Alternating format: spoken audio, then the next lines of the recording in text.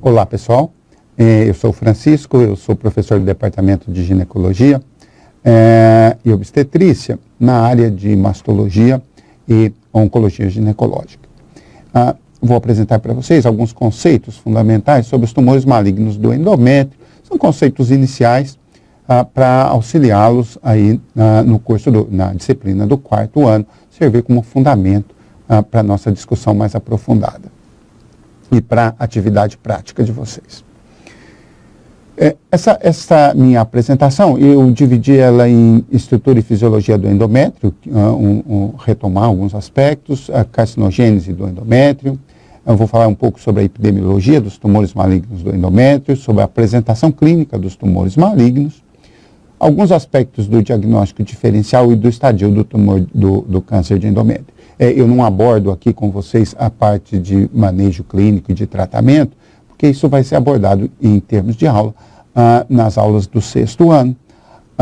E o objetivo agora, no 4º ano, é realmente conhecer um pouco da doença, das suas manifestações e basicamente fazer o diagnóstico diferencial.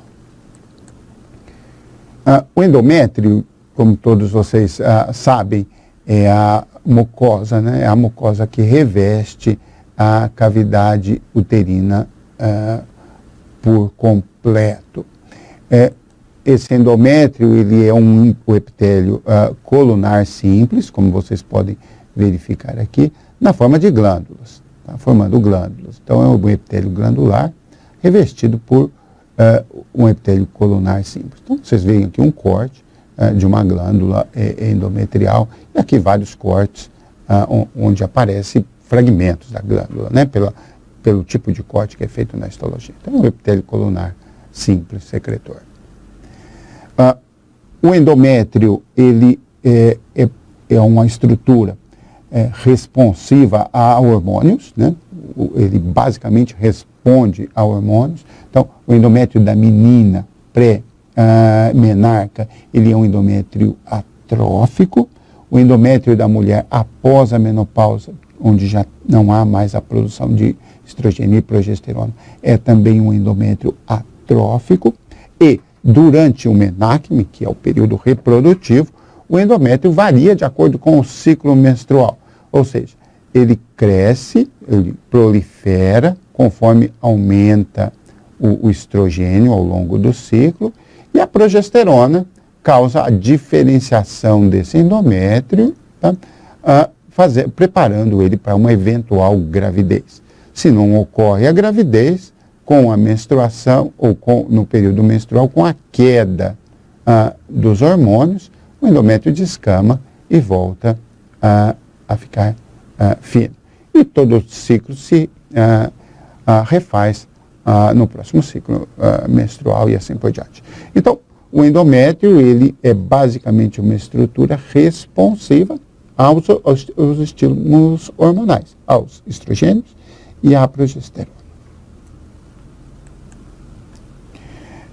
E a carcinogênese do endométrio, ou seja, a formação de tumores no endométrio, tem muito a ver com esse aspecto fisiológico do endométrio.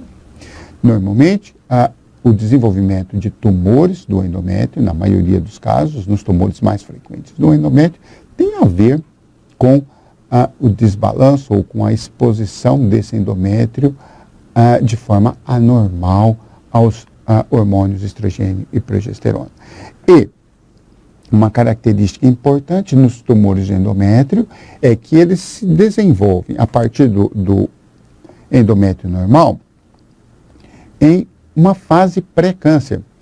Existem lesões precursoras do câncer de endométrio que são as chamadas hiperplasias endometriais. Então você tem um epitélio normal que é submetido a uma exposição anormal de hormônios, normalmente a presença de estrogênio não contrabalanceado por progesterona, que leva ao desenvolvimento de hiperplasia do endométrio, que é o chamado pré-câncer, e eventualmente ao desenvolvimento do câncer.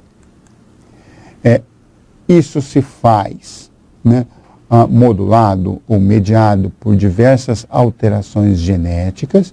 Esse grupo de genes aqui, o PTEN, a beta-catenina, o Carras, e a presença de várias instabilidades microsatélites são moduladas pelo estrogênio, né, que levam o endométrio normal, essas alterações moduladas pelo estrogênio, levam o endométrio normal ao desenvolvimento de um tumor de endométrio, que nós vamos ver a seguir, chamado tumor tipo 1, que é o tumor endometrioide de baixo grau.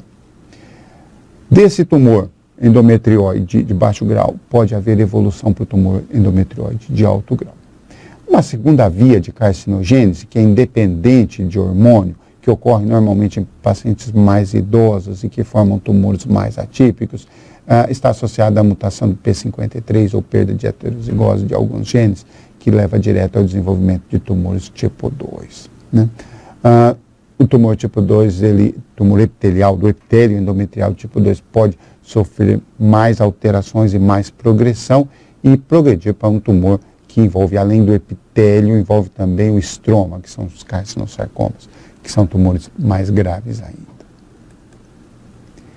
As hiperplasias endometriais, que são as lesões precursoras do câncer de endométrio, tá, ocorrem aí, do ponto de vista epidemiológico, na frequência de 10 casos para cada 1.000 mulheres. Né? Essas hiperplasias podem ser classificadas, como vocês devem lembrar lá do curso de patologia, em hiperplasias simples e em hiperplasias complexas.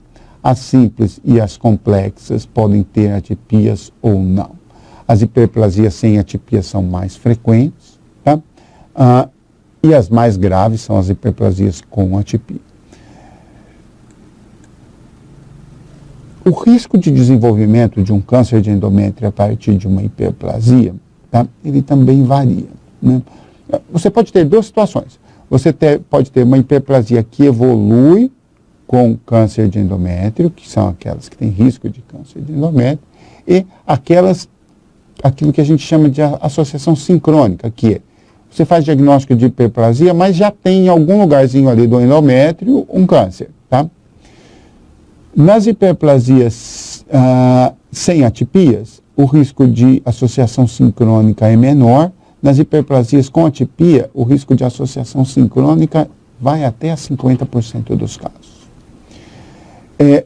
O risco de evolução para câncer e para hiperplasias simples tem um risco de evolução de 1%, hiperplasia complexa em torno de 3%, hiperplasia simples com atipias em torno de 8%, hiperplasia complexa com atipia, que é a de maior risco, em torno de 30%.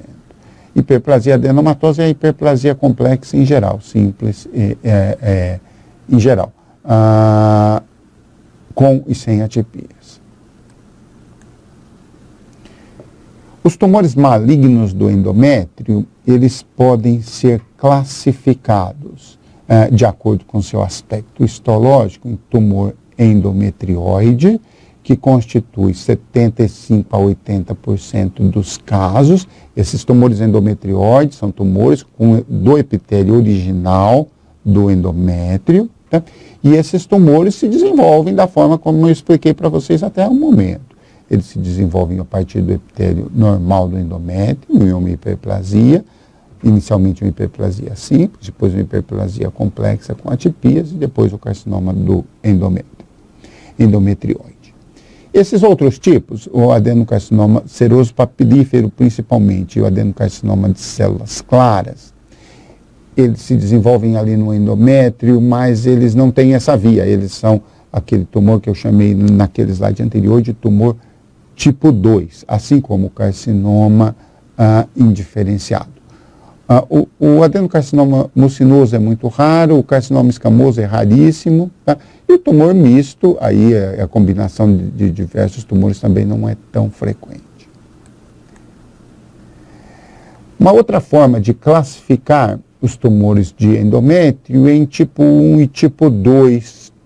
O tipo 1 é aquele tumor normalmente chamado o tumor endometrioide de baixo grau, que evolui a partir da exposição a estrogênios, que ocorre na pós-menopausa, mas não numa paciente tão idosa, e que são precedidos ou coexistentes com hiperplasias.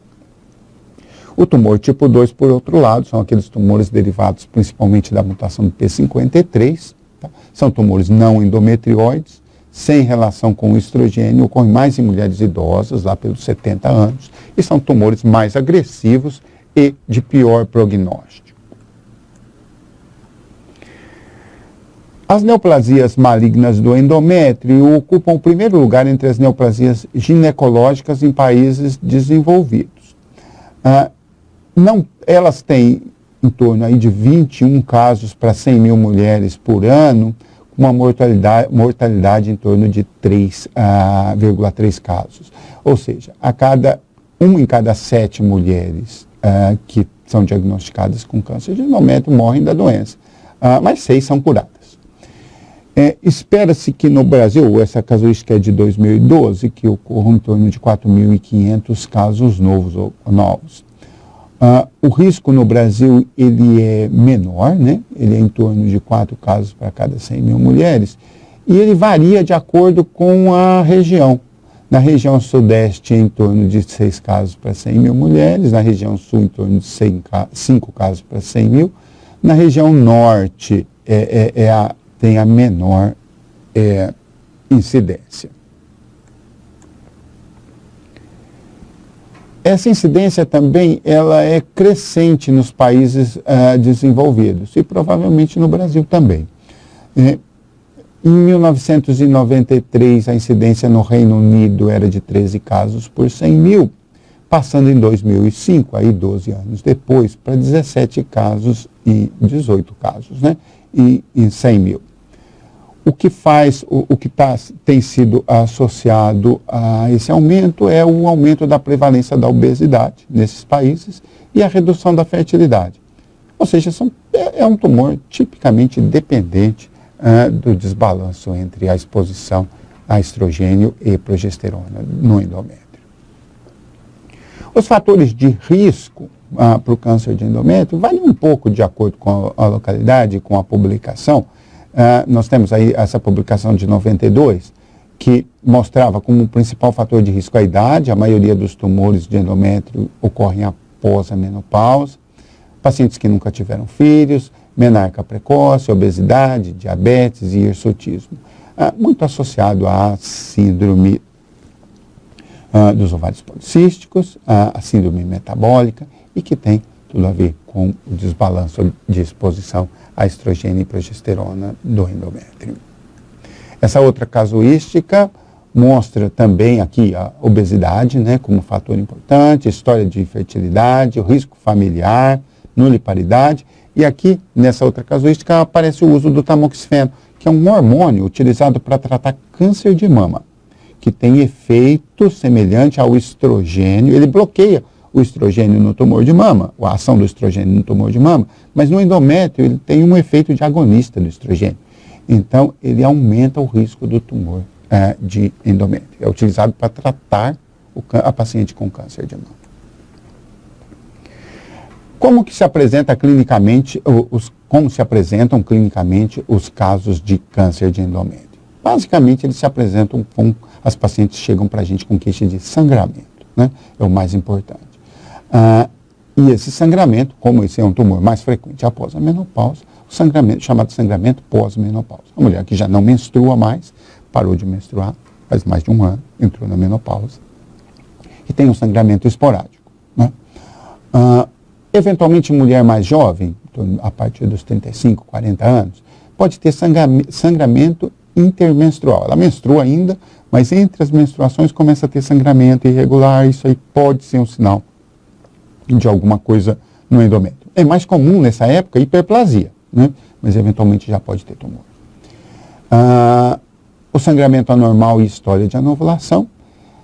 E aqui tem um aspecto que já não é mais tão frequente, mas que a gente pode encontrar. Mulher na pós-menopausa, que você colhe lá um Papa Nicolau para rastrear o câncer de colo do útero, e vem sendo célula endometrial, mesmo que célula endometrial normal. Esse paciente você tem que ficar atento, que pode eventualmente ter alguma coisa no endométrio.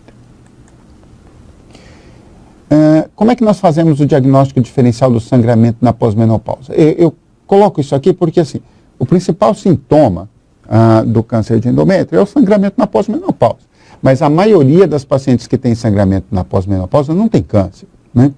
A frequência de câncer nas mulheres que têm sangramento após a menopausa é em torno de 10%. Nessa casuística aqui, 11,5%. Lógico, o tumor maligno é a nossa principal preocupação, tá? Mas a gente tem que ter em mente que uma boa porcentagem não tem nenhuma doença, tá?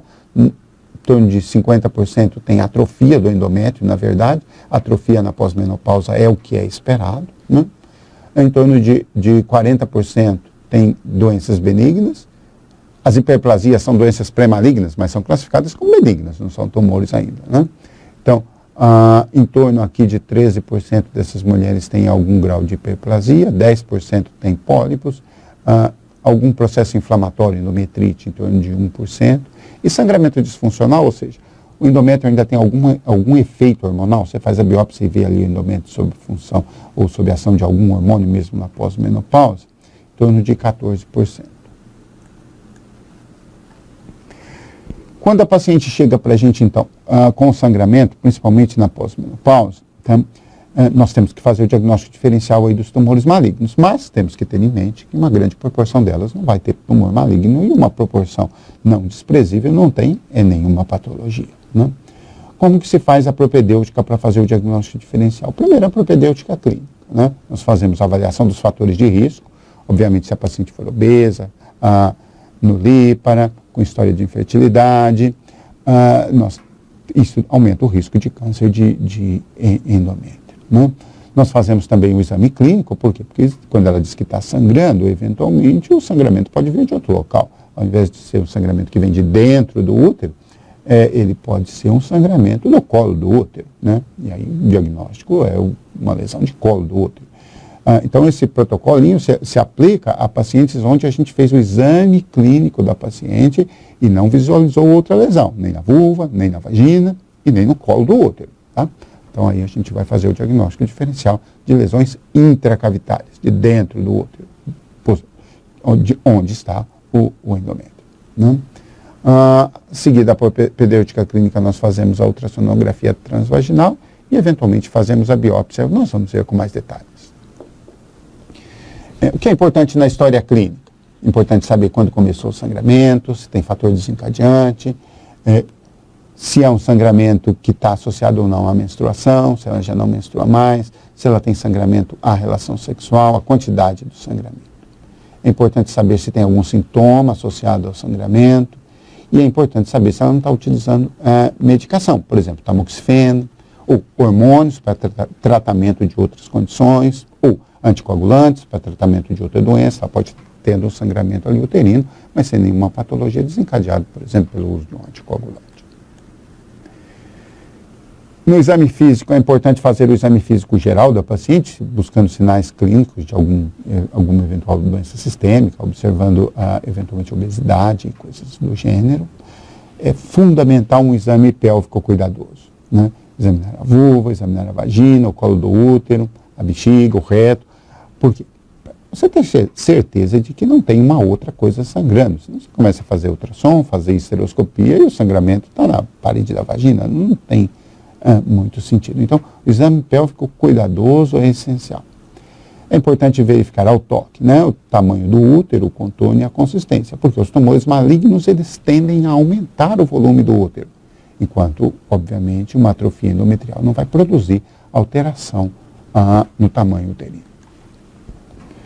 A ultrassonografia, ela produz essas imagens bonitas aqui. O que é esperado num útero após a menopausa é um endométrio atrófico. Você vê apenas essa linhazinha aqui.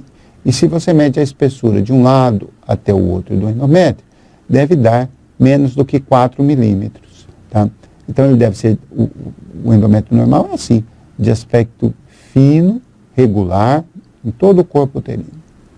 Mas você pode encontrar isso aqui, o endométrio espesso, eventualmente irregular, você vê aqui que a ecogenicidade, ou seja, a forma como ele se apresenta ao ultrassom é heterogêneo.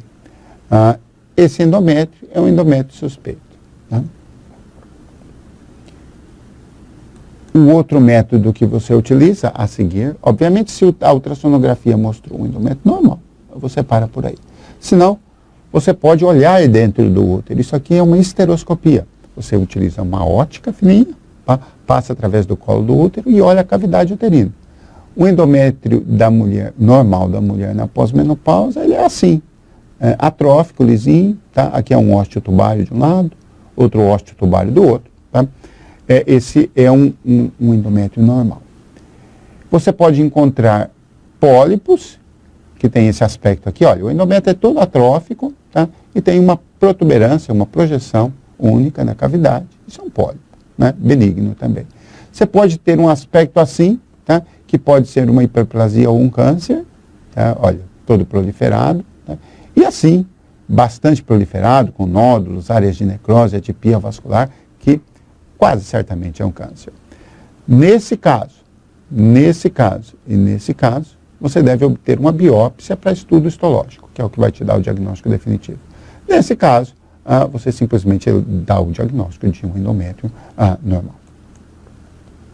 Durante a esteroscopia, os critérios de malignidade são massas grandes, né, maiores do que a metade da cavidade uterina, aspecto papilomatoso, cheio de projeções, identificando um crescimento rápido, superfície irregular ou ulcerada com presença de vascularização e áreas necróticas, né? Então, voltando ao nosso esqueminha, você tem a mulher com sangramento na pós-menopausa, você faz uma propedêutica clínica criteriosa, verifica que não há área de sangramento nenhuma da vulva, da vagina e do colo do útero, ou seja, tem sangramento que vem lá de dentro do colo. Você faz uma ultrassom transvaginal. O seu endométrio é fino e irregular, tá? Assim, você praticamente descarta a patologia, tá? E não precisa fazer mais nada. Se o endométrio é espesso, tem mais do que 4 milímetros, tá?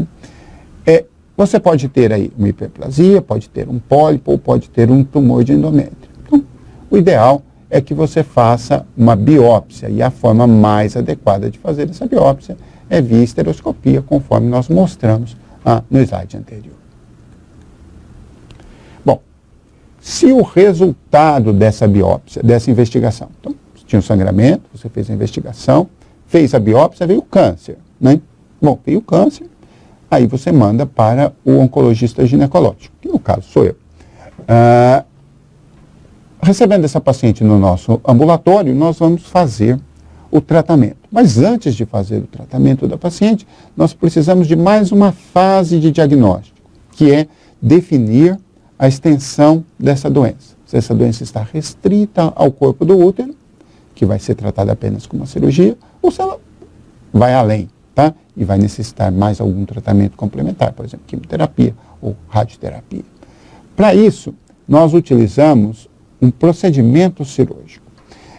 Tem algumas doenças, por exemplo, vocês vão ver o câncer de colo do útero, o câncer de mama, que o diagnóstico e o estadiamento é feito inicialmente por métodos não cirúrgicos, tá? Chamado estadiamento clínico. No câncer de endométrio não tem estadiamento clínico, o estadiamento já é uma cirurgia.